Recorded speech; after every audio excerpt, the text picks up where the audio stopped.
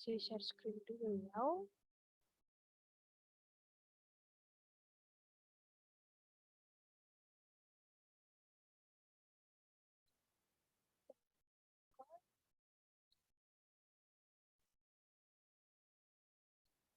Oke, kita mulai ya. Jadi yang pertama adalah tentang anatomi trunkus. Trunkus yang dibahas di sini adalah vertebra sama toraks. Yang saya bahas ya. Oke, mungkin ada overlapping sedikit sama materi Kak Tata, nggak apa-apa teman-teman ya. Kak Tata rasanya udah bahas juga tentang vertebra sedikit. Jadi saya juga bahas sedikit aja. Toraks. Eh, Kavum toraks itu adalah terbentuk dari 12 pasang kosta. Kosta itu adalah tulang iga ini teman-teman ya. Dan itu di bagian samping ya, samping dari bagian belakang, samping depan. Itu si tulang kosta. Ada 12. Lalu yang selanjutnya membentuk kavum toraks itu adalah 12 buah vertebra torakalis. Nanti kalian udah belajar saya kemarin sama Kak Tata ya. Jadi kolom vertebra itu ada macam-macam teman-teman. Ada yang servikal, ada yang torakal, ada yang lumbar, ada yang sakral kan ya. Yang membentuk kavum toraks tentu saja adalah vertebra yang part torakalis seperti itu. Ada 12 buah. Dan selanjutnya di bagian depan ini ada si sternum. Oke, jadi untuk si kosta ini udah kalian pelajari dari SMA ya. Jadi kosta itu ada 12, ada bagian-bagiannya. Jadi yang true kosta itu adalah yang kosta 1 sampai 7. Kenapa dia dibilang true kosta? Karena si kosta 1 sampai 7 ini dia di bagian belakang itu melekat di vertebra. Ada persendiannya dengan vertebra di bagian belakang. Lalu di bagian depan si kosta ini melakukan persendian gitu ya dengan si sternum. Makanya dibilang true kosta yang kosta 1 sampai 7 itu gitu. Selanjutnya yang part kedua adalah false kosta. Jadi false kosta ini kenapa dibilang false ya? Bukan karena dia salah atau apa, cuman dia kurang sempurna, teman-teman. Di bagian belakang false kosta yang kosta 8 sampai 10 nomor-nomornya diingat teman-teman ya, sering ditanyakan. False kosta itu adalah kosta 8 sampai 10. Kenapa dia dibilang false, tidak sempurna gitu? Karena cuman di bagian belakang dia melekat dengan vertebra. Di bagian depan bagaimana? Di bagian depan memang ada persendian yang dibuat oleh false kosta ini, tapi tidak secara langsung melakukan persendian dengan tulang sternum. Jadi si false kosta ini dia akan melakukan persendian dengan kartilage kosta yang di atasnya. Jadi seperti ini nih. Kayak gini ya. Gitu. Oke, itu yang false kosta 8 sampai 10. Selanjutnya ada floating ribs. Jadi kosta yang melayang kalau kalian bahasa pas SMA-nya ya, itu adalah kosta 11 sampai 12. Jadi seperti namanya floating, melayang di bagian belakang aja si kosta 11 dan 12 ini melakukan persendian dengan siapa? Dengan vertebra tentu saja. Gitu ya. Oke, jadi ini letaknya seperti ini, nanti sendi-sendinya kita bahas di belakang ya. Ingat nomor-nomornya teman-teman sering ditanyakan ya. Selanjutnya untuk costa de sternum. Costa yang perlu kalian ingat part-partnya adalah tempat-tempat dia melakukan persendian, teman-teman. Di bagian ini di mana nih? Ini adalah yang superior dan inferior facet. Jadi nanti ini akan melekat di bagian korpus dari si vertebra, teman-teman. Jadi nanti kalian lihat nih, si korpus vertebra itu punya juga superior costal facet sama inferior costal facet. Jadi facet itu adalah tempat pertemuan sendi, gitu ya. Jadi nanti yang superior facet ini akan bertemu dengan superior facetnya di korpus vertebra. Inferior facetnya si sternum itu akan bertemu dengan inferior costal facet yang dimiliki oleh korpus vertebra. Jadi sama-sama punya nih si sternum sama si korpus vertebra. Seperti itu ya. Persendian kedua yang dibuat oleh antara kosta dan vertebra itu adalah di bagian tubercle ini. Nih ya, tubercle di dekat sama superior dan inferior facet. Ada kalau kalian nanti praktikum anatomi dia kalau udah namanya tubercle seperti itu ya, di tubercle dia pasti agak menonjol, ada peninggiannya. gitu. Jadi tuberkel ini ada dua part, ada yang part artikular, ada yang part non artikular. Tentu saja yang akan membuat persendian nanti adalah yang part artikular. Nanti si tuberkel yang part artikular ini akan melekat pada prosesus transversusnya si vertebra, teman-teman nih di sini ya. Facet for tubercle ribs seperti itu. Jadi di sini ya. Oke. Nah, untuk di ujung satunya, karena di ujung satunya dimiliki udah menempel sama vertebra, berarti di ujung satunya lagi itu akan menempel pada sternum gitu ya, untuk yang kosta 6. Kalau di gambar ini kosta 6, ini kan untuk costal cartilage yang ada di sternum. Kalau ini kosta 8, berarti costal cartilage yang dimiliki oleh kosta di atasnya, kayak gitu kan ya. Oke. Ini pengulangan aja sama yang tadi teman-teman ya. Ini, lebih bisa kalian bayangkan nih seperti ini. Ini adalah kosta 7. Jadi si kosta 7 superior facetnya itu akan melekat pada inferior facet dari corpus vertebrate 6. Paham ya? Lihat aja gambarnya ini gitu. Nggak usah terlalu didengerin ngomong saya, sambil lihat gambar ini gitu ya, biar kalian paham. Lalu inferior facet yang dimiliki oleh kosta 7 itu akan melekat pada superior facet yang dimiliki oleh corpus vertebra T7. Seperti itu nanti pertemuannya ya. Sama kalau tuberkelnya kayak gimana, Kak? Nah, tuberkel dari kosta 7 itu akan melekat dengan facet join yang dimiliki oleh prosesus transversus vertebra yang bersesuaian. Jadi kalau tuberkel kosta 7 dia nempelnya di prosesus transversus yang vertebra T7 juga, seperti itu. Kosta 6 ya sama yang corpus vertebra T6 juga gitu. Yang agak tricky itu cuman yang superior facet sama inferior facet. Karena satu kosta ini dia akan melakukan persendian dengan dua corpus vertebra yang bertetangga gitu ya. Lihat di gambar ini teman-teman ya. Tuh. Jadi, ini kan udah clear berarti ya, di bagian belakang si masing-masing kosta itu membuat membuat 3 sendi ya, 3 sendi yang terdiri dari 2 tipe. Kenapa 2 tipe saja? Karena yang costovertebral joint ini ada yang superior dan inferior. Padahal dia tipenya sama, antara kosta sama corpus vertebra, namanya adalah costovertebral joint. Satunya lagi ini adalah costotransverse joint. Kenapa namanya begitu? Karena tuberkel dari costa itu bertemu dengan facet joint yang ada di prosesus transversus dari vertebra. Kayak gitu ya. Kayak namanya seperti ini.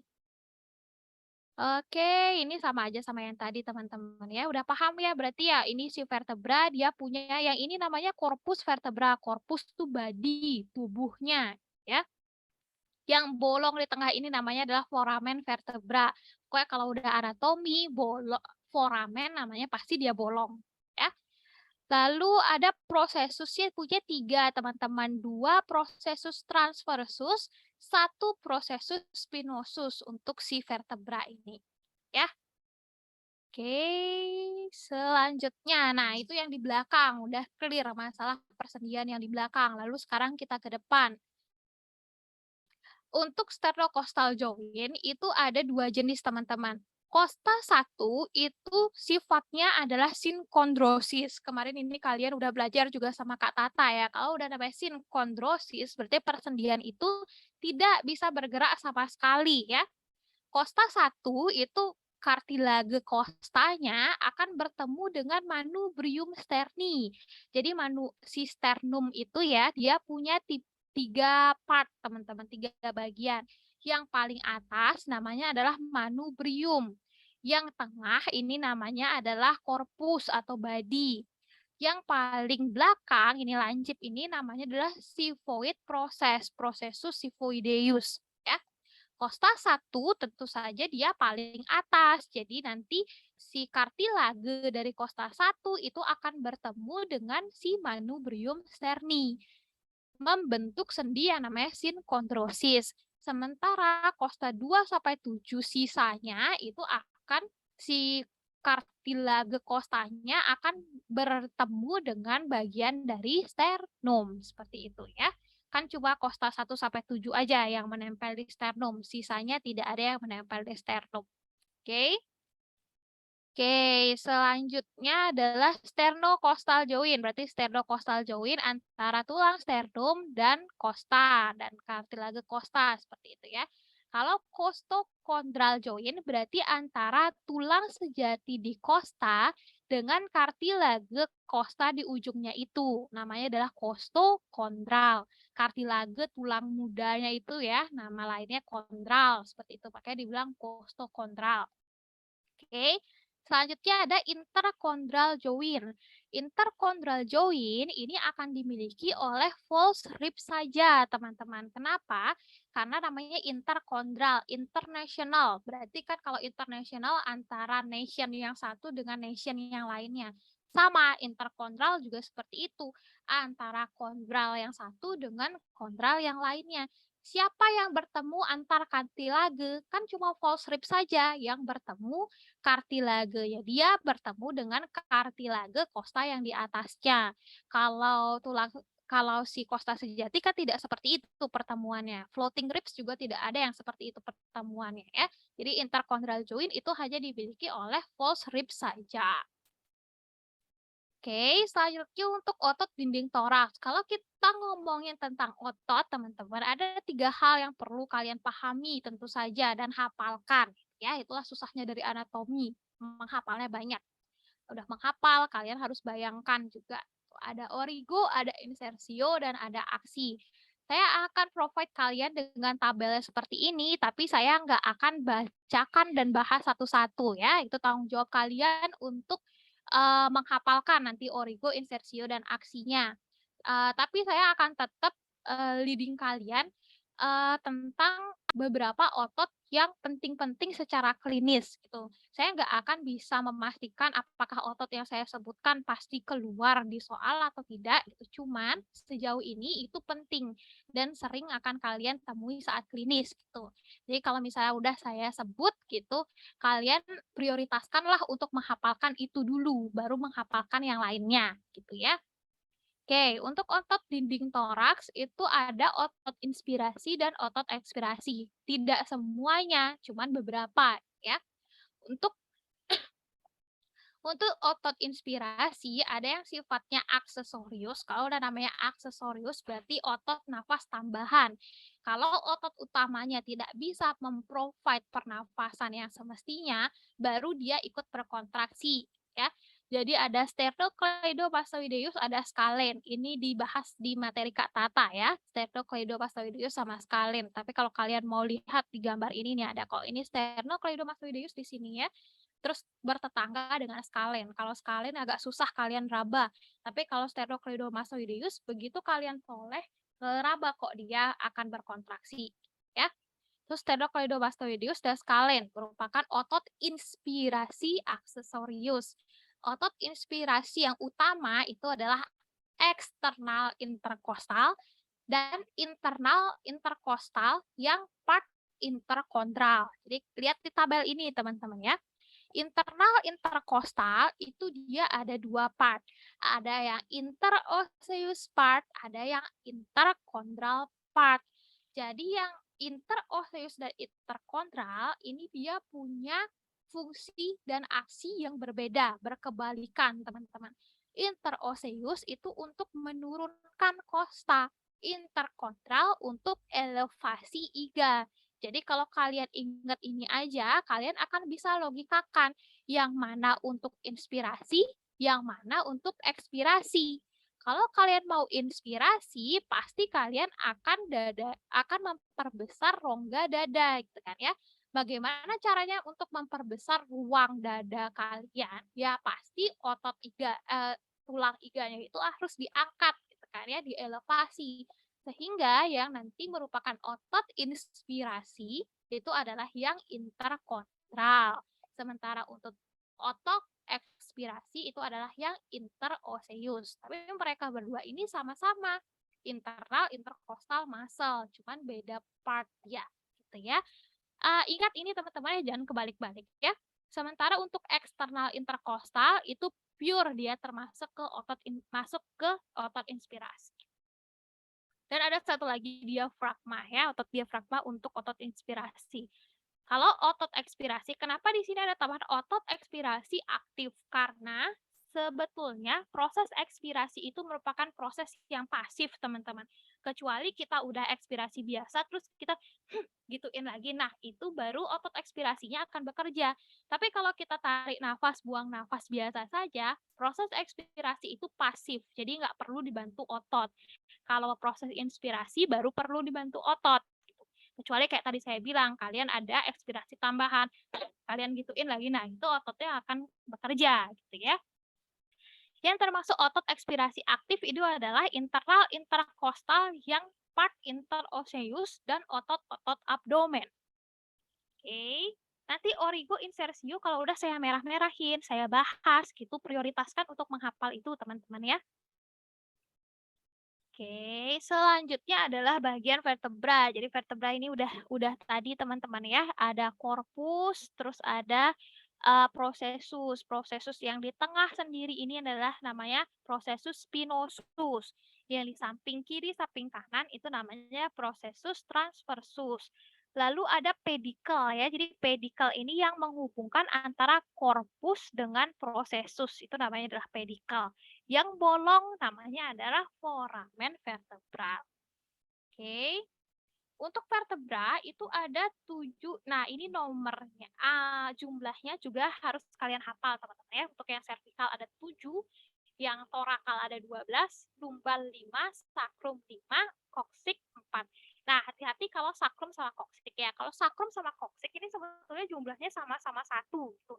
Tapi satu sakrum itu terdiri dari 5 segmen. Sementara koksik itu terdiri dari 4 segmen, seperti itu. Kalau yang servikal, torakal, lumbar ini kan emang beda-beda dia. Oke. Oke, vertebra yang ini udah ya. Selanjutnya di sakrum dan koksik. Bagian paling atas sakrum yang akan menempel pada vertebra L5 itu namanya adalah bagian basis sakrum. Bagian paling bawahnya namanya adalah apex sacrum. Nah, penamaan basis dan apex biar kalian nggak sesat dari awal gitu ya. Jangan kalian basis akan selalu namanya juga basis, base berarti di bawah. Apex di atas, jangan seperti itu pola pikirnya ya. Secara anatomi, kita bilang basis kalau dia lempeh seperti ini itu basis namanya. Sementara kalau dia ada runcingnya gitu ya, itu namanya adalah apex. Jadi jangan pakai patokan basis selalu di bawah, apex di atas. Ini kan kalau sakrum sama koksik, basisnya di atas, apexnya di bawah, seperti itu. Nanti kalau kalian belajar anatomi paru, itu beda lagi. Karena paru itu kan runcingnya yang di atas, berarti yang di atas itu namanya adalah apex. Basisnya paru itu di bagian bawah, karena lempeh dia permukaan di bawah, seperti itu ya. Oke, balik lagi ke sakrum dan koksik. Sakrum paling atas namanya adalah basis sakrum dan dia ada 5 segmen seperti ini. Yang paling bawah adalah apex sakrum.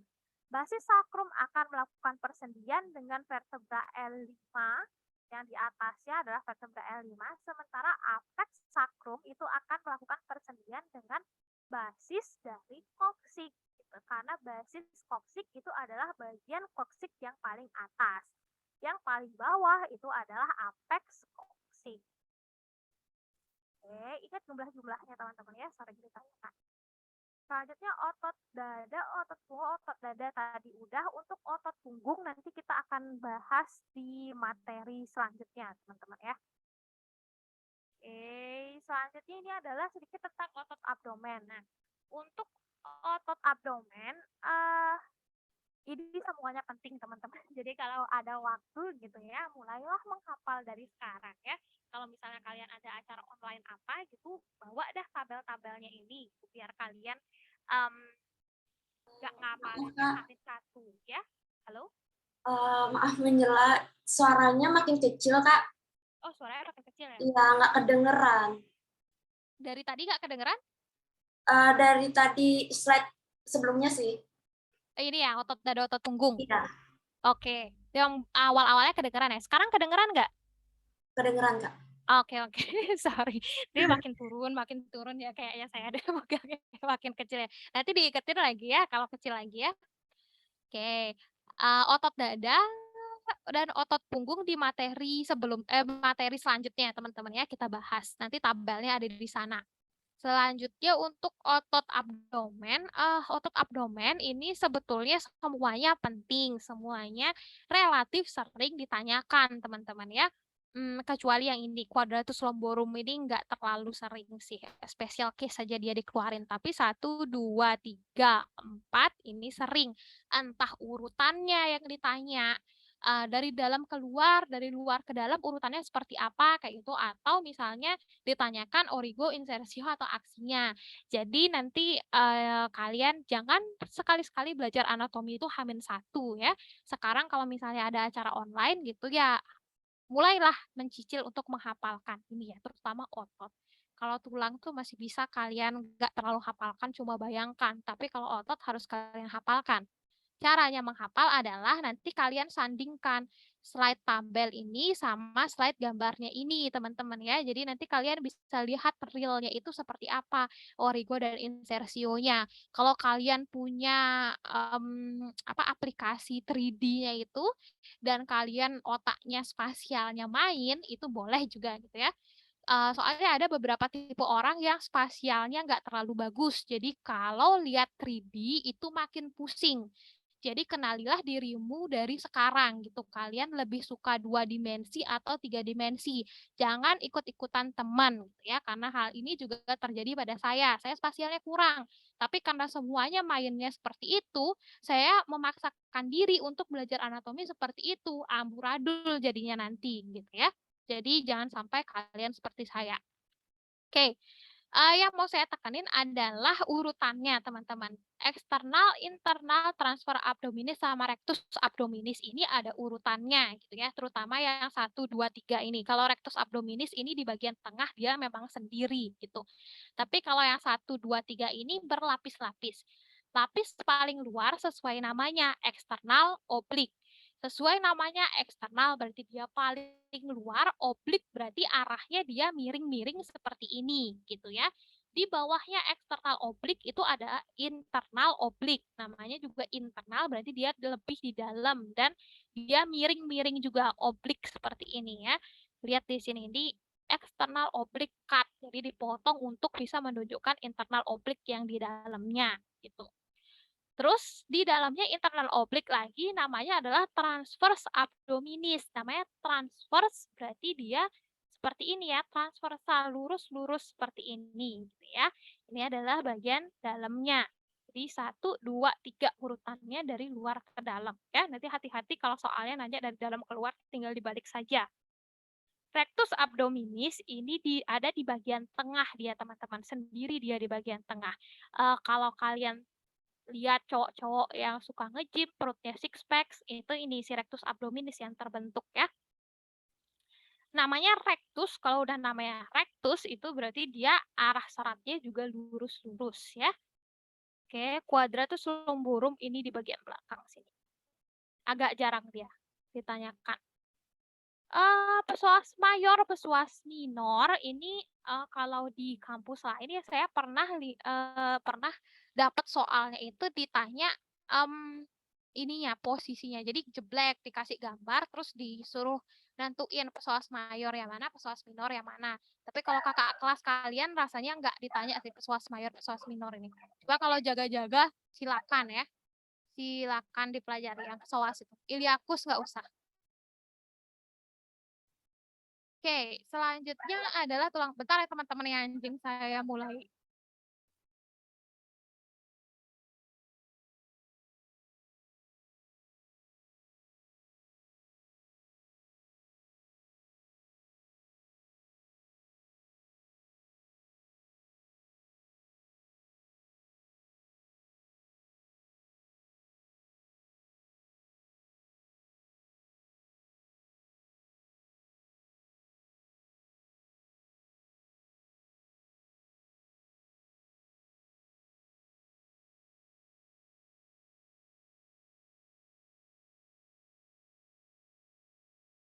Oke, sorry teman-temannya judes banget ya. Tiap ada orang lewat di depan rumah dia ya teriak. Lanjut ke tulang pelvis teman-teman ya.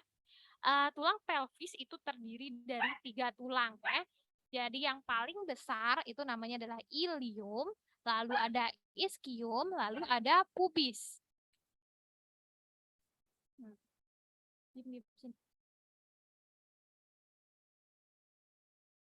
Oke, jadi yang paling besar itu ilium, lalu ada ischium dan ada pubis ya. Pubis nih tulang dekat kelamin itu ya, itu namanya ada pubis.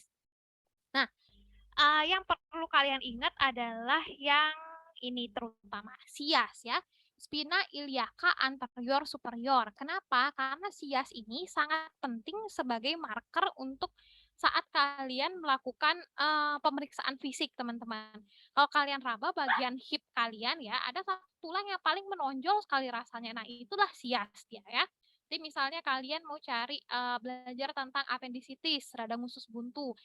Salah satu gejalanya adalah nyeri di McBurney seperti itu kan. Nah, McBurney point itu didapatkan kalian harus tahu sias. Jadi kalian ambil garis khayal dari sias ke pusar, sepertiganya itu adalah McBurney kayak gitu. Jadi kalian harus tahu sias itu di mana, oke? Sias itu dimiliki oleh ilium ya. Makanya namanya adalah spina iliaca. Lalu tulang pubis ya. Pubis kanan dan pubis kiri itu bersatu di tengah-tengah disatukan oleh simfisis pubis namanya. Simfisis pubis ini adalah salah satu jenis sendi, tapi persendian yang tidak biasa karena yang membentuk sendi di sini adalah tulang muda yang sifatnya fibrokartilis. Jadi tulang muda tapi kuat sekali, hampir sekuat tulang sejati seperti itu. Oke, ini ada lubang-lubang besar namanya adalah obturator foramen ya. Terus yang merah ini namanya adalah pelvic inlet, yang hijau ini namanya adalah pelvic outlet. Kalau cewek-cewek partus normal, melahirkan normal tuh bayinya lewat ini, pelvic inlet ini. Oke. Jadi lanjut ke tipe bentuk pelvis ya. Jadi kalau kayak tadi saya bilang partus normal itu lewat pelvic inlet, jadi kalian harus sudah bisa melogikakan. Berarti cewek pelvic inletnya itu pasti harus oval seperti bentuk kepala bayi dan lebar seperti itu ya. Pelvic outletnya pun dia untuk menyeimbangkan pelvic inlet dia juga harus besar gitu. Arcus pubis itu yang ini ya. Arcus pubisnya si cewek itu harus dia kumpul seperti ini. Kalau misalnya lancip seperti ini kan nggak bisa lewat nanti kepala bayinya gitu ya. Karena kan sudah didesain sama Tuhan bahwa cewek itu melahirkan bayi. Gitu. Sehingga nanti ya seperti itu bentuknya. Yang paling sering ditanyakan itu dah pelvic inlet, pelvic outlet, sama arcus pubis. Biasanya yang lainnya nggak terlalu ya. Oke. Selanjutnya, siapa saja yang berbentuk sendi-sendi di bagian pelvis? Jadi ada beberapa ya untuk menggabungkan pelvis kanan dan pelvis kiri dan untuk menyambungkan si pelvis ini dengan si vertebra. Jadi yang pertama ada sacroiliac joint. Jadi dari namanya aja ya, ada sacrum, ada iliac. Perhatikan ya. Jadi antara sacrum sama iliac. Sacroiliac joint ini ada yang sacroiliac joint anterior, ada yang posterior. Nggak perlu dihafalkan seluruhnya teman-teman ya, yang penting kalian tahu aja. Stabilisasinya oleh ligamen apa, nanti coba kalian dengerin pas waktu lecture. Apakah dibahas banget untuk ligamen yang menstabilisasi ini atau tidak? Kalau misalnya nggak terlalu dibahas, nggak disebut, boleh kalian tunda untuk menghafal. Hafalkan dulu yang lainnya, terutama otot yang besar-besar. Ya. Lalu ada simfisis pubis.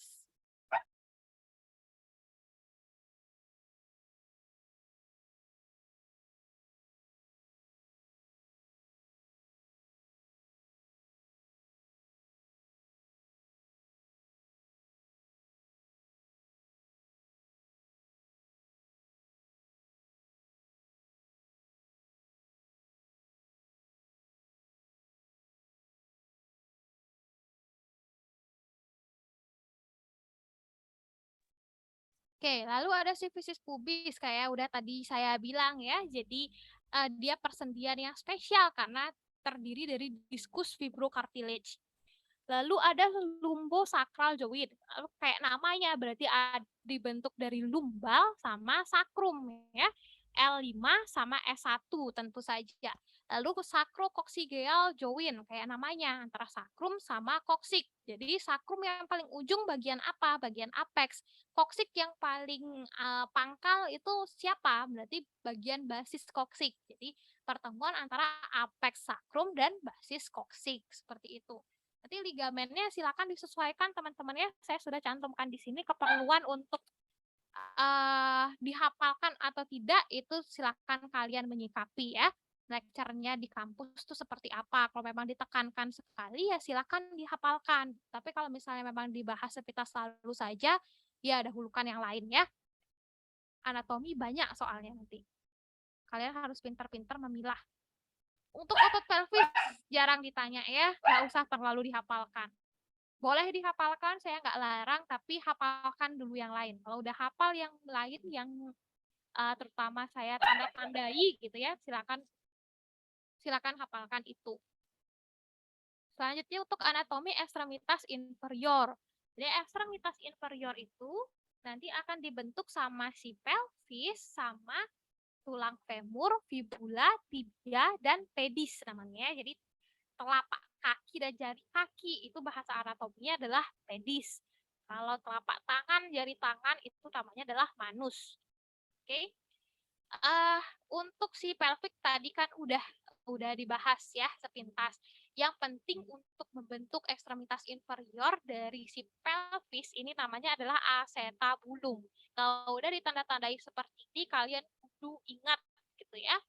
Acetabulum ini adalah tempat masuknya nanti kaput femur, kepalanya femur itu nanti akan ceklek di sini di acetabulum ini ya. Acetabulum ini siapa yang punya Kak Astari? Pelvis itu kan terdiri dari 3 tulang, semuanya punya ya.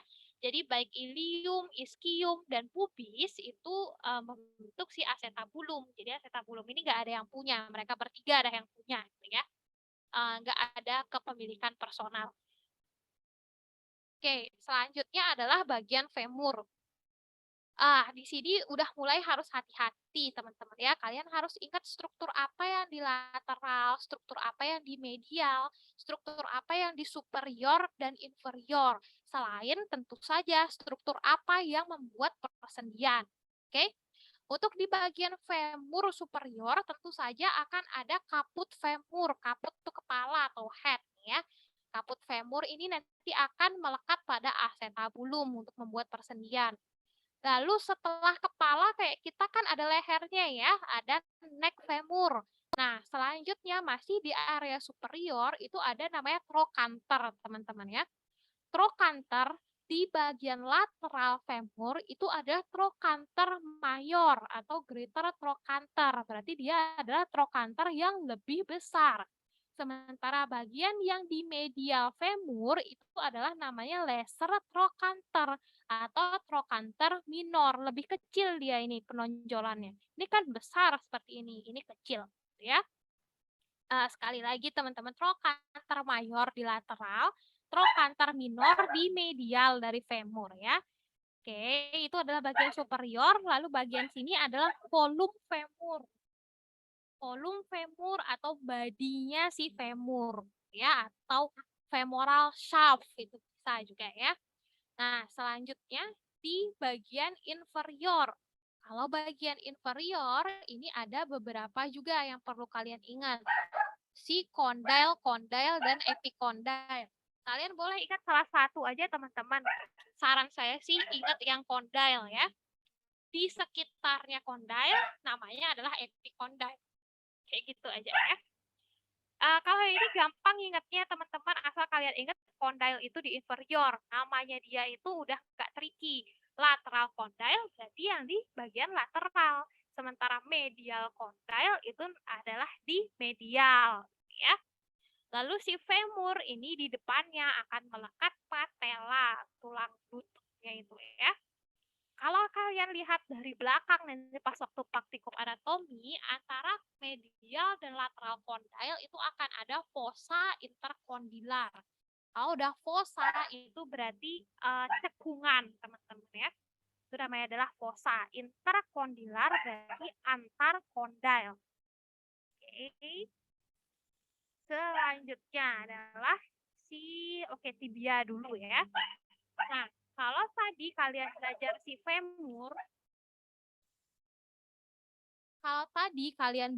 femur, femur itu punya kondil dan epikondil di bagian inferior, ya kan, bagian bawah.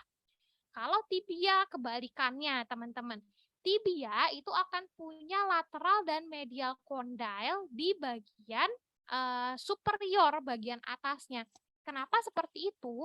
Karena nanti lateral kondilnya si femur itu akan bertemu dengan lateral kondilnya tibia. Begitupun medial kondilnya femur itu akan bertemu dengan medial kondilnya si tibia, gitu ya. Jadi ingat itu. Oke, selanjutnya fibula. Kepalanya fibula itu akan melekat di bagian lateral dari tibia, ya. Jadi ingat, fibula itu sebelah lateralnya dari tibia. Ada fibula yang di medialnya tibia, oke? Selanjutnya sama saf-saf atau body gitu ya di bagian inferior. Nah, ini juga harus hati-hati. Di bagian inferior ada namanya struktur malleolus. Lateral malleolus itu dimiliki oleh fibula. Sementara untuk medial malleolus itu dimiliki oleh tibia, teman-teman ya. Jadi hati-hati. Kalau tadi kondil ini ada lateral dan medial dimiliki oleh masing-masing tulang tibia dan femur. Sementara untuk malleolus itu dia punya satu-satu dibagi dua nih. Lateral punyanya fibula, medial punyanya si tibia. Oke. Selanjutnya ini adalah pedis namanya. Pedis itu terbentuk dari si calcaneus. Calcaneus ini tumit, teman-teman ya, di bagian bawah. Kalau di sini dilihat dari atas nggak terlalu kelihatan, kalian lihat yang dari samping ini, lateral view-nya kelihatan calcaneus ya, soalnya dia tulang tumit. Di atasnya calcaneus itu ada namanya talus. Jadi bagian tengahnya talus ini adalah bagian untuk melakukan persendian dengan tibia dan fibula ya, makanya kelihatan nih agak kayak tulang muda gitu kan. Kalau udah tulangnya tulang muda seperti ini, gambarannya kebiruan, kalian harus curiga itu pasti ada persendiannya seperti itu ya. Lalu ada calcaneus, ada talus, selanjutnya di depannya talus itu ada dua tulang yang bertetangga. Ada navikular sama ada kuboid ya. Kuboid ini bentuknya agak besar. Jadi dia ke depannya itu juga luas. Di depannya navikular itu ada cuneiform 1 sampai 3. Di sebelahnya cuneiform 3 itu masih kuboid karena kuboid itu besar ke depan, gitu ya. Ingat tempatnya, teman-teman ya. Selanjutnya yang ini gampang, si tulang jari tangan ini ya. Jadi semua jari tangan itu akan punya bagian metatarsal dan bagian falang. Bagian falang itu ada yang proksimal, medial, dan distal. Kecuali falang 1. Falang 1 itu adalah jempol, teman-teman.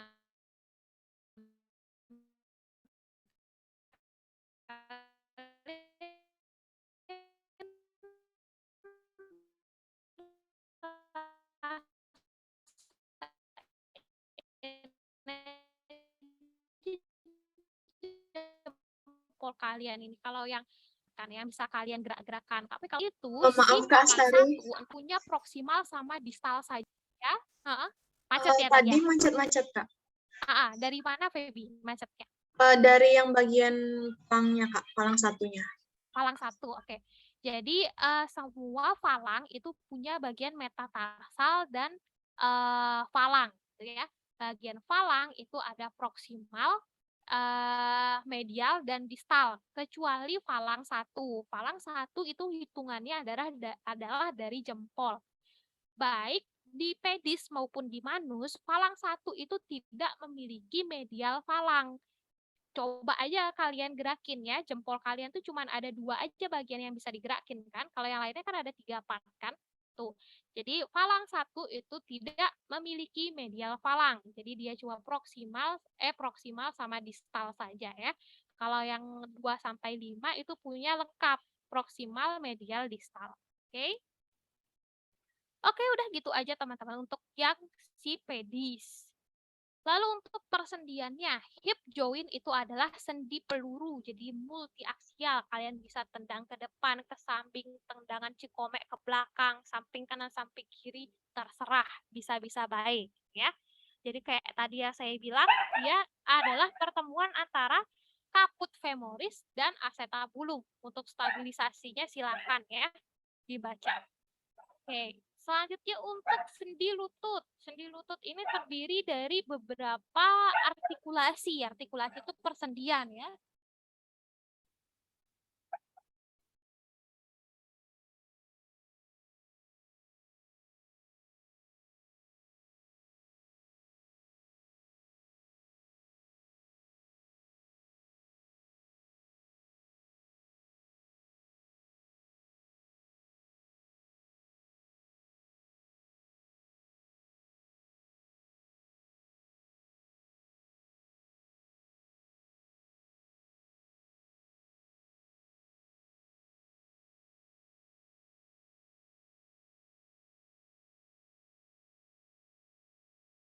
Oke, lanjut teman-teman ya, knee joint. Sorry ya teman-teman ya, ini anjing saya nakal sekali loh. Oke, untuk knee joint teman-teman ya. Jadi ada beberapa persendian yang berbentuk sendi lutut. Persendian itu artikulasi ya. Ada 2 artikulasi femorotibial. Kenapa dibilang 2? Karena kayak tadi kita belajar ya, antara femur dan tibia itu dia akan bertemu di 2 titik. Jadi antara lateral condyle dan lateral condyle dan medial condyle dengan medial condyle. Makanya dibilang 2 artikulasi femorotibial. Lalu ada 1 artikulasi femoropatelar. Sesuai namanya ya, femoropatelar. Jadi patella yang kayak batok kelapa itu bentuknya, itu dia hanya akan melakukan artikulasi dengan tulang femur saja, tidak dengan yang lainnya ya. Oke, nah pertanyaan deh teman-teman. Jadi tulang apa di sekitar sana yang ada di sekitar sana, tapi sama sekali tidak terlibat untuk membentuk knee joint, sendi lutut. Siapa sih di gambar ini?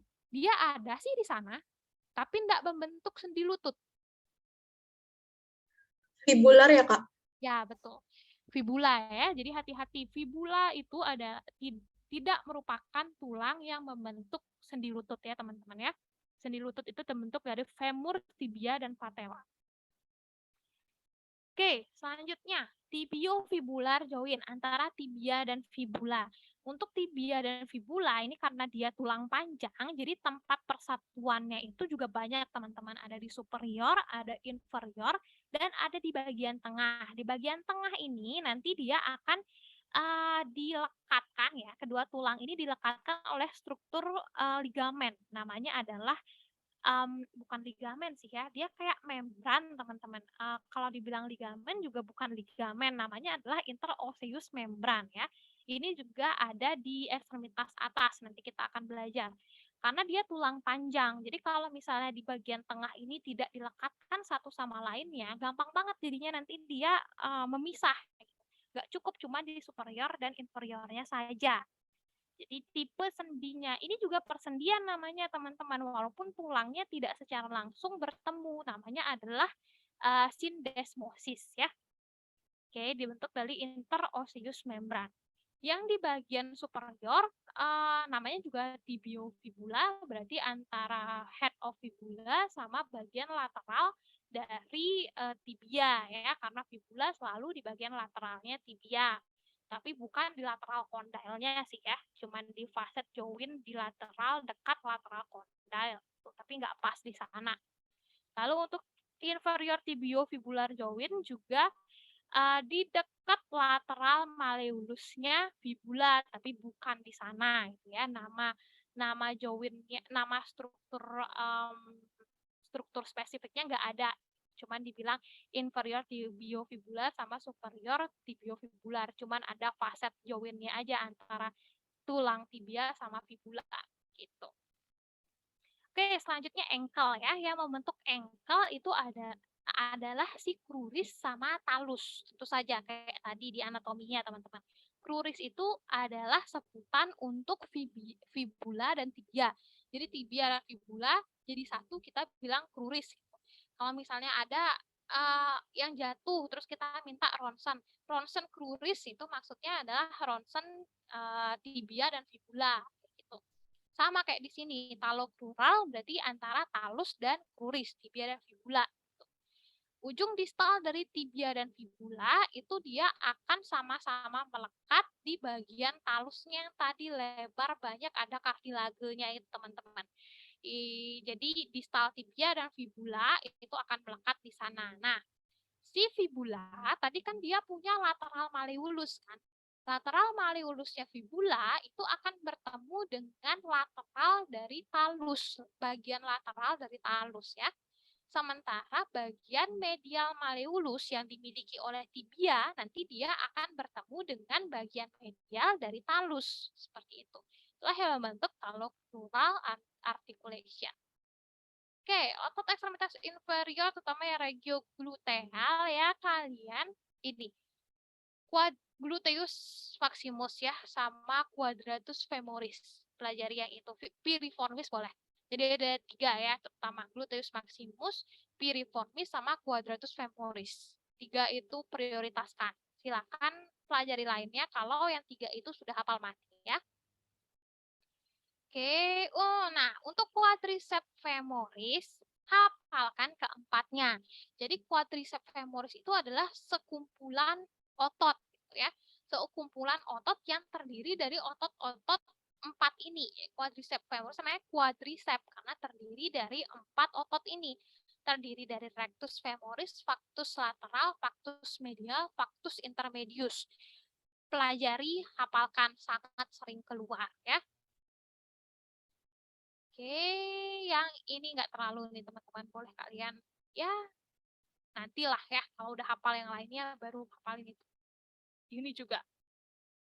Oke, selanjutnya, nah ini biokimia otot ini yang dititipin sama Kak Tata kemarin ya.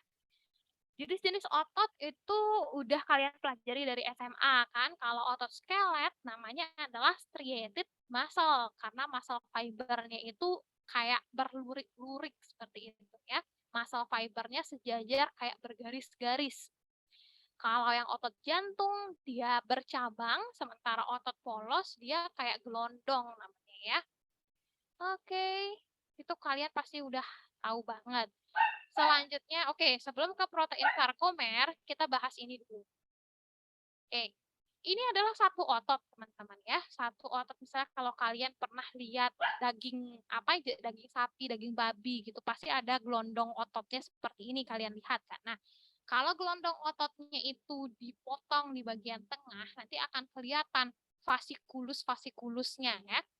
Fasikulus itu, satu fasikulus terdiri dari banyak sekali muscle fiber, ya. Ini adalah muscle fibernya, tidak kasat mata. Paling kalian cuma lihat sampai fasikulusnya aja, kalau itu otot yang besar sekali, ya. Selanjutnya, si muscle fiber ini terdiri dari banyak sekali myofibril namanya. Nah, satu myofibril itu terdiri dari banyak sekali sarkomer, oke? Nah, baru kita ke sini. Yang membentuk sarkomer itu ada beberapa nama protein ya. Ada miosin, aktin, tropomiosin, troponin, dan juga titin. Oke. Nanti kita bahas ini di belakang ya. Nah, ini adalah sarkomer, teman-teman. Untuk miosin, kalian udah tahu ya, miosin itu intinya adalah protein yang tebal. Ini adalah miosin. Yang mana dulu ya? Yang ini dulu deh, yuk. Oke, yang ini adalah miosin, teman-teman ya. Yang ini adalah aktin, yang ini namanya adalah titin.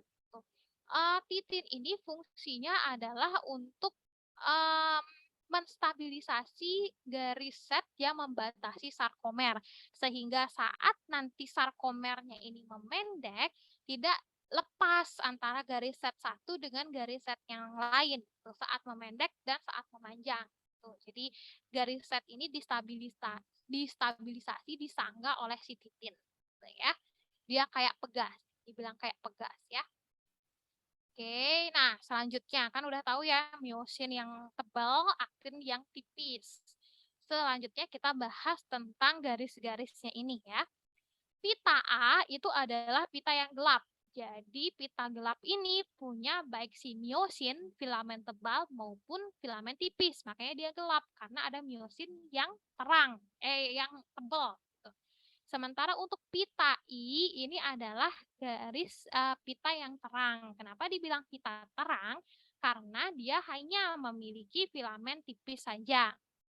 Terus garis M ini adalah middle ya, ingat aja middle. Jadi garis M ini berada di tengah-tengah. Dia fungsinya adalah untuk menyangga filamen tebal, si miosin. Sementara garis Z ini fungsinya adalah untuk menyangga si aktin sebetulnya gitu. Tapi kayak di gambar yang ini, titin itu yang memegang miosin juga dia terlekat ke garis Z.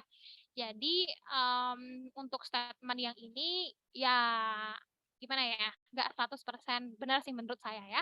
Garis set itu penyangga filamen tipis oke kalau dilihat dari gambar ini, tapi secara tidak langsung dia juga berfungsi untuk menyangga miosin. Karena si titin itu melekat ke garis set juga gitu. Oke, bentar teman-teman ya.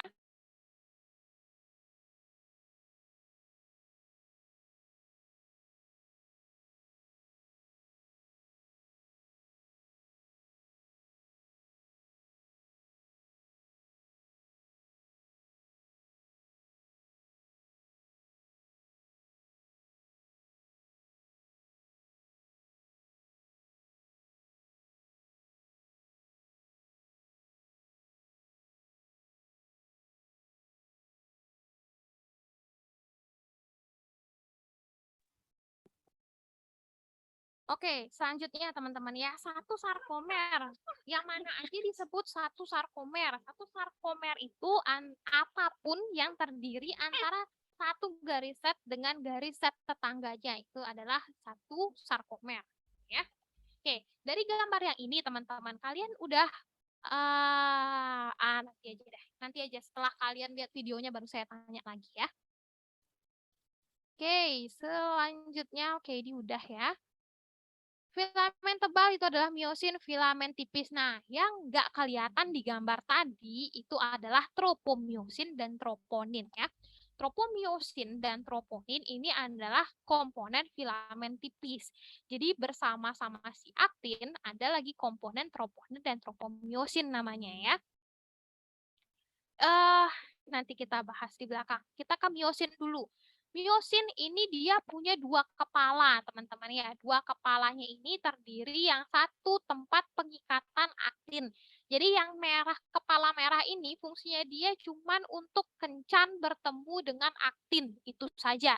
Sementara yang ungu ini fungsinya adalah sebagai tempat ATPase untuk membongkar ATP. Jadi, untuk kepala miosin ini melekat ke sisi aktifnya aktin, harus ATP itu terpecah dulu menjadi ADP dan P. Nah, saat ATP itu sudah dipecah oleh enzim ATPase di kepala yang ungu ini menjadi ADP dan P, barulah kepala miosin yang merah ini siap untuk bertemu dengan sisi aktifnya aktin. Kayak gitu nanti ya, teman-teman ya. Oke, ini tambahan aja teman-teman ya. Miosin itu dia punya LMM dan HMM namanya. LMM itu light meromyosin, sementara HMM itu adalah heavy meromyosin. Tuh. S1 itu adalah S1 itu adalah si ATPase, sementara si S2 itu adalah tempat mengikat aktinnya ini.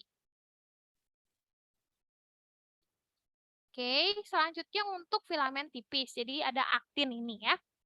Nah, si aktin ini dia punya sisi aktif aktin namanya. Sisi aktifnya ini adalah yang ijo-ijo. Nah, yang ijo-ijo inilah merupakan tempat melekatnya antara aktin dan kepala miosin, seperti itu.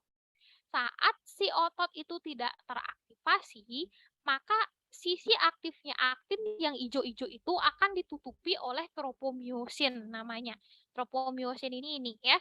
Lihat di gambar ini. Jadi tropomyosin itu akan menutupi sisi aktifnya aktin saat otot itu tidak teraktivasi sehingga kepala miosin tidak akan bisa bertemu dengan sisi aktifnya aktin. Nah, kunci dari tropomyosin itu adalah si troponin. Jadi troponin inilah yang menyangga tropomyosin untuk menutupi sisi aktif aktin. Troponin ini akan terbuka kuncinya kalau dia berikatan dengan kalsium, teman-teman ya. Troponin itu ada 3 kepalanya ya, ada 3 bulat-bulatnya. Ada troponin T, troponin E, dan troponin C. Troponin E itu inhibisi. Jadi troponin I inilah yang dominan untuk menginhibisi, mencegah interaksi antara aktin dan miosin. Sementara troponin T itu adalah tempat untuk mengikat tropomyosin dan kompleks troponin. Sementara troponin C itu adalah troponin kalsium, calcium ya. Jadi troponin C ini tempat untuk mengikat kalsium. Nah, kunci dari troponin ini hanya satu, kalsium. Kalau udah ada sesajen kalsium ya, troponin ini akan membuka kuncinya. Dia akan mengesampingkan tropomyosin. Jadi tropomyosin itu disuruh, awas kita minggir-minggir, si aktin sama myosin mau kencan kayak gitu. Nah, kalau ada kalsium yang menempel pada troponin C, baru troponinnya itu akan membuka kunci kamarnya untuk si aktin. Baru aktin itu dikasih kencan sama myosin ya. Kalau nggak ada sesajen kalsium, dikunciin tuh sisi aktif aktinnya gitu ya. Troponin itu akan mengunci tropomyosin untuk menutup sisi aktif aktin. Jadi aktin nggak bisa kencan sama kepala myosin. Gitu aja sebetulnya intinya teman-teman. Nah, pertanyaannya dari mana dapat kalsium kayak gitu kan ya? Ada yang namanya neuromuscular end plate, teman-teman. Jadi ada neuromuskular, kan kelihatan ya, berarti ada pertemuan antara sel saraf dengan sel otot. Jadi kayak di gambar ini ada akson yang berupa sel saraf dan ada si uh, satu sel otot ini, ada muscle fiber ini. Jadi nanti akson ini akan membawa impuls yang akan melepaskan asetilkolin ya. Asetilkolin itu akan dilepaskan menuju muscle fiber, permukaan muscle fiber. Permukaan muscle fiber itu teraktivasi oleh asetilkolin akan menjalarkan potensial aksi ya. Nanti untuk potensial aksi kita bahas di materi selanjutnya, teman-teman. Potensial aksi, ini loh yang positif-positif ini ya, ini akan dialirkan menuju DHP reseptor namanya, teman-teman ya. DHP reseptor ini dia akan berhubungan dengan SR, sarcoplasmic reticulum. Jadi sarcoplasmic reticulum ini yang memegang kendali atas kalsium di dalam sel otot. Nah, kalau DHP reseptor sebagai satpam gerbang utama itu sudah teraktivasi, udah ada potensial aksi yang mengaliri dia, maka DHP reseptor ini akan memberikan sinyal ke sarcoplasmic reticulum untuk membuka gerbangnya sehingga CA itu bisa keluar dari sarcoplasmic reticulum. Kalsium keluar dari SR, bisalah dia melekat sama troponin sebagai sesajen. Troponin membuka kuncinya, tropomyosin bergeser, sisi aktif aktin itu terekspos. Kalau misalnya kepala myosinnya sudah siap, sudah dalam bentuk ADP plus P sebagai energinya, ada mereka berdua nempel kayak gitu ya. Oke. Selanjutnya satu lagi teman-teman, ini rasanya ada di lecture kalian, tambahan teman-teman ya. Jadi DHP reseptor ini, dia punya kawan, sahabat baik sekali, namanya adalah RYR, ryanodin reseptor ya. Ryanodin reseptor ini ada 2 tipe teman-teman, ada tipe 1, ada tipe 2. Tipe 1 ada pada otot skelet, Sementara tipe 2 ada pada jantung dan otak. Kayak gitu ya. Oke. Nah, selanjutnya peran kalsium dalam mekanisme kontraksi otot. Ini sih udah sama aja kayak yang tadi, teman-teman ya. Kalsium itu disimpan di SR. Jadi kalau SR-nya itu sudah di ACC untuk terbuka oleh DHP dan RYR, maka kalsiumnya itu akan keluar. Kalsiumnya itu keluar melalui tubulus T yang dimiliki oleh oleh sel otot, sorry. Jadi lewat sel tubulus T inilah nanti kalsiumnya itu akan dialirkan dari satu sarkomer ke sarkomer lainnya, seperti itu. Nanti kalsium yang melewati tubulus T ini akan menjadi sesajen untuk troponin C, sama kayak yang tadi itu ya. Oke, ini adalah dalam keadaan relaksasi, teman-teman ya. Jadi troponin ini masih mengunci tropomiosin untuk tropomiosin menutup sisi aktif aktin. Jadi si kepala miosin ini juga nggak bisa ketemuan sama si aktin seperti itu. Nah, kalau misalnya kalsium ini sudah beredar gitu ya, lewat tubulus T. Jadi ada kalsium yang akan melekat di troponin C. Jadi troponin C ini akan membuka kuncinya, tropomyosin bergeser, sisi aktif aktin yang bulat hijau-hijau ini dia akan terekspos sehingga kepala myosin akan bisa melekat di sini seperti itu. Oke. Kapan kepala myosin itu siap kencan dengan troponin C? Kayak yang tadi saya bilang, teman-teman ya. Si kepala myosin itu harus siap untuk kencan. Jadi kalau kencan, kalian sama pacar, masa nggak dandan? Gitu ya. Masa nggak dalam high energy state? Gitu ya. Sama kepala myosin, mau kencan sama aktin, dia harus dandan dulu, harus siap-siap dulu, harus dalam bentuk high energy state. Kapan kepala myosin ini disebut high energy state? Saat ATP ini sudah dipecah menjadi ADP plus P oleh ATPase yang si kepala warna ungu tadi itu. Ya. Kalau sudah seperti ini, jadi ini udah siap nih, udah ready untuk kencan. Kalau udah ADP plus P-nya ini terpecah dan melekat di kepala myosin. Jadi tinggal nunggu ancang-ancang kalsium aja. Kalau kalsium udah siap menjadi sesajen, tinggal ketemuan deh mereka. Ya. Oke, kalau misalnya ada eksitasi seperti ini ya, ini kan fase istirahat, jadinya nggak ada kalsium, mereka nggak bisa kencan, walaupun si kepala myosin sudah siap untuk kencan. Nah, begitu ada eksitasi, jalur neuromuskular junction yang tadi itu sudah berhasil melepaskan kalsium melewati tubulus T, kalsium ada, berarti ini baru akan tereksitasi. Kepala myosin yang sudah siap kencan dari tadi, dia akan bisa kencan dengan sisi aktif aktin. Nah, kapan kencannya ini berakhir gitu? Kencan itu mau gimana bagusnya gitu harus tetap berakhir ya. Biar nggak jadi spasme otot. Nanti kram ototnya kalau kencannya antara myosin dan aktin ini tidak berakhir-berakhir. Kapan dia akan berakhir gitu ya? Kalau dia sudah menekuk. Nah, uh, dia kan nempel nih. Pas waktu di sini, begitu ada kalsium, dia baru nempel. Nah, dia jalan nih, menekuk seperti ini, mensliding si aktin. Aktin yang tersliding, dia akan lebih ke medial, lebih terdorong ke medial. Nanti ada videonya teman-teman ya. Ini agak susah dijelaskan soalnya dengan kata-kata aja. Nanti kalian tonton, perhatikan di videonya ya.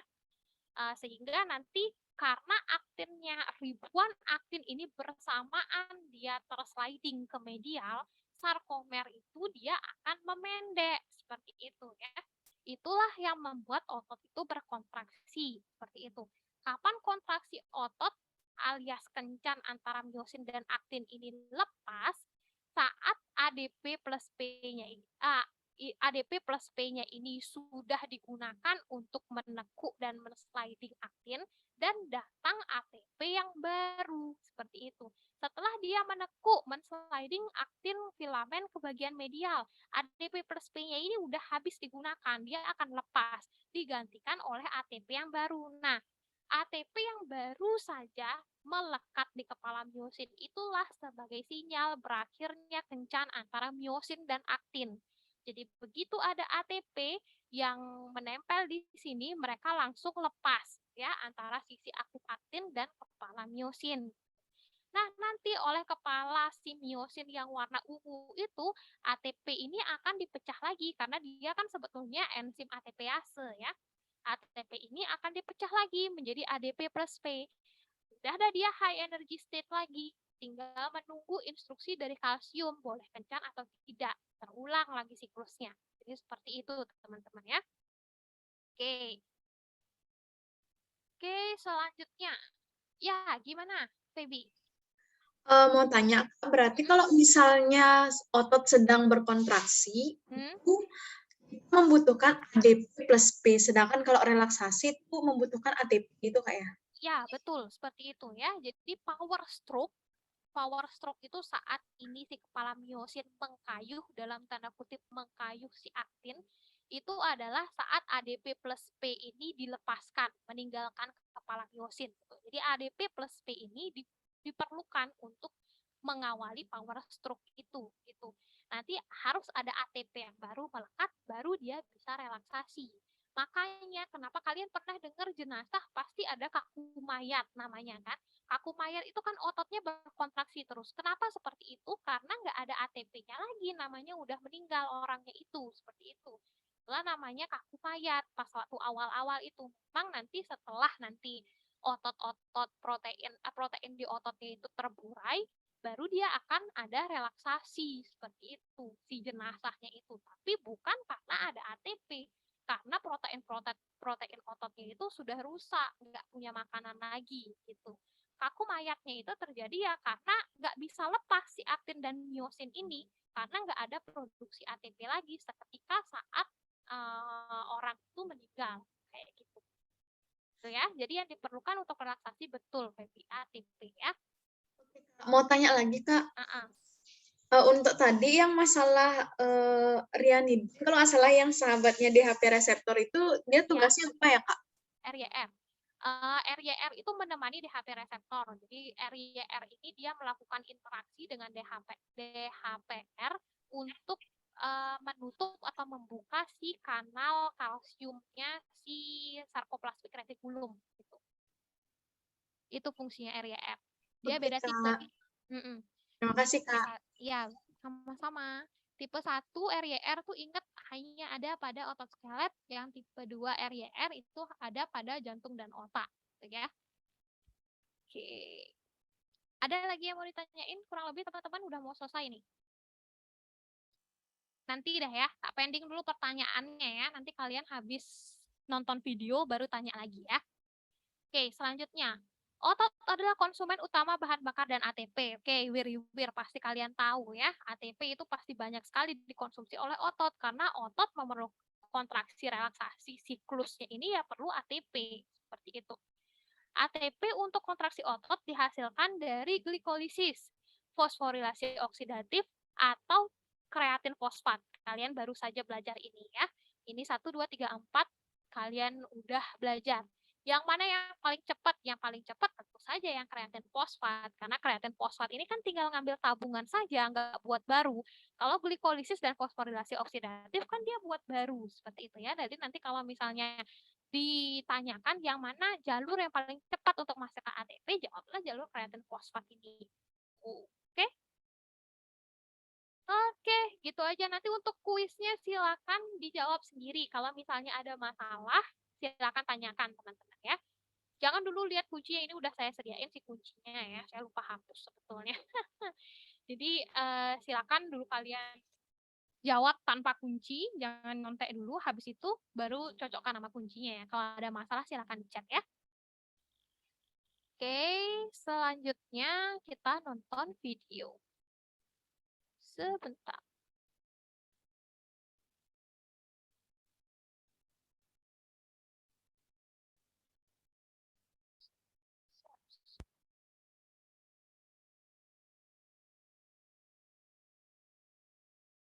Udah kelihatan kan teman-teman ya?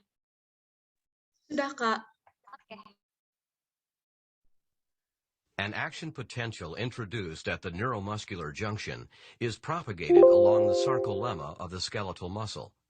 At the T-tubule, the action potential is propagated on the T-tubule membrane into the interior of the muscle cell near the ends of the sarcoplasmic reticulum. The depolarization of the T-tubule membrane causes nearby voltage-gated calcium ion channels on the sarcoplasmic reticulum to open, resulting in an increase in the permeability of the sarcoplasmic reticulum to calcium ions. Calcium ions then diffuse from the sarcoplasmic reticulum into the sarcoplasm. Long filamentous tropomyosin proteins lie on two sides of the actin myofilament, covering up the sites where myosin can bind to the actin myofilament. Globular troponin proteins are attached to the tropomyosin. When calcium ions bind to troponin, this causes troponin to change conformation and move the tropomyosin. When the tropomyosin moves, this uncovers the myosin-binding sites on the actin, allowing myosin heads to bind and form cross bridges. The cross bridges play a role in muscle contraction.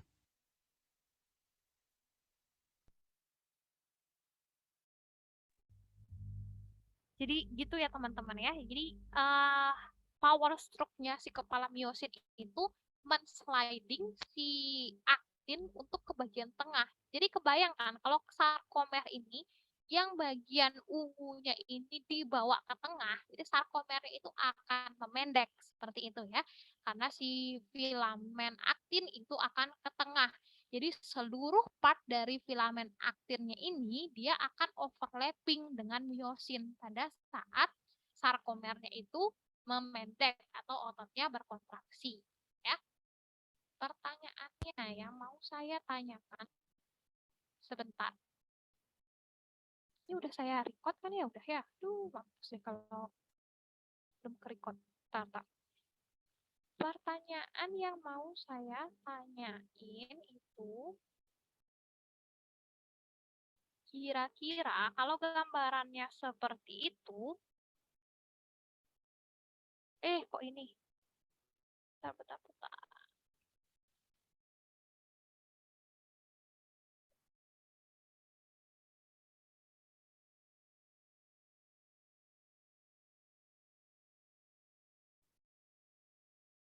Nah, ini. Kalau seperti itu, logikanya saat sarkomer memendek, pita yang mana yang hilang, teman-teman? Pita dan zona mana yang akan hilang? Oke, pita mana yang memendek, zona apa yang hilang? Band yang memendek, zona H yang hilang. Oke, benar. Persis ya, kayak gitu deh ya. Pita I yang memendek, zona H ini akan hilang. Itu sering juga ditanyakan ya. Jadi kalau kalian udah megang konsepnya, nggak perlu kalian hafal sih. Oke, gitu aja teman-teman. Ada yang mau ditanyain nggak kira-kira?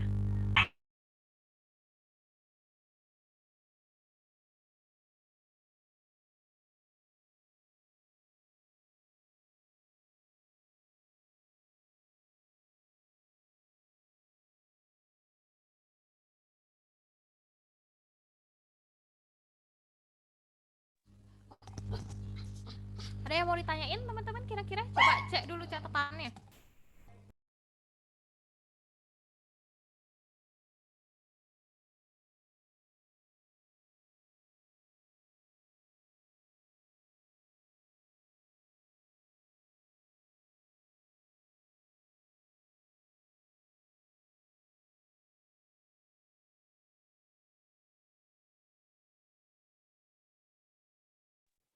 Mau tanya, kalau misalnya nanyain origin dari otot, itu berarti origonya maksudnya Kak ya?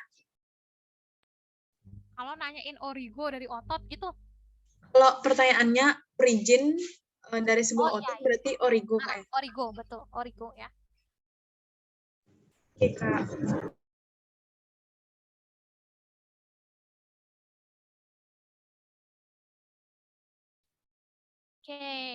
Oke, kalau gitu sementara aman ya. Saya asumsikan sementara aman ya. Kapanpun nanti menjadi tidak aman, silakan kalian PC di grup bisa, maksudnya chat di grup bisa, PC saya bisa gitu ya. Anatomi pesan saya kalian nggak harus menghafalkan semua part gitu ya. Jadi kalian jangan merasa insecure kalau nanti kalian misalnya nih belajar bareng sama teman kalian yang lain, terus teman kalian tahu ini tahu itu terus kalian nggak tahu gitu. Nggak apa-apa. Yang penting konsepnya terutama yang membentuk persendian, origo, insersio itu kalian tahu gitu ya. Kalau misalnya kayak apa ya, otot-otot yang kecil-kecil teman kalian kebetulan tahu, tapi ternyata kalian belum megang itu sama sekali gitu. Nggak apa-apa, jangan ngerasa insecure atau rendah diri gitu. Yang penting kalian tahu otot-otot mana yang kalian harus hafalkan yang menjadi prioritas kayak gitu sih. Jangan ngikutin arus semuanya kalian hafalkan gitu. Dulu saya seperti itu soalnya teman-teman, dan sistem belajar anatomi seperti itu saya rasa salah banget gitu. Karena effortnya terlalu besar, hasilnya minimal gitu. Jadi ya, terutama kalau udah ototnya besar, terus diulang berkali-kali ngomongin sama dosennya, terus di saya juga saya merahin atau biruin gitu. Nah, itu baru kalian harus hafalin gitu ya. Prioritaskanlah dulu. Enggak sih yang lainnya tuh nggak usah kalian hafalin, nggak berani saya bilang kayak gitu, cuman boleh kalian nomor 2-kan atau nomor 100-kan gitu ya. Prioritaskan yang besar-besar, yang berarti secara klinis. Gitu sih teman-teman. Nanti kalau misalnya kalian ada yang kebagian buat soal tryout juga ya, jangan blind banget, jangan buta banget. Otot kecil juga kalian tanyain gitu ya. Itu nggak akan bermakna buat kalian dan akan merugikan teman kalian. Nanti kesusahan kalau soal itu dikeluarkan ke ujian blok gitu. Keluarkanlah yang ototnya memang gede, berfungsi secara klinis, terkenal, dan kalian pikir perlu buat kalian kayak gitu ya. Oke, gitu dulu sementara teman-teman cuap-cuapnya kali ini. Makasih ya atensinya, semoga bermanfaat. Selamat belajar teman-teman.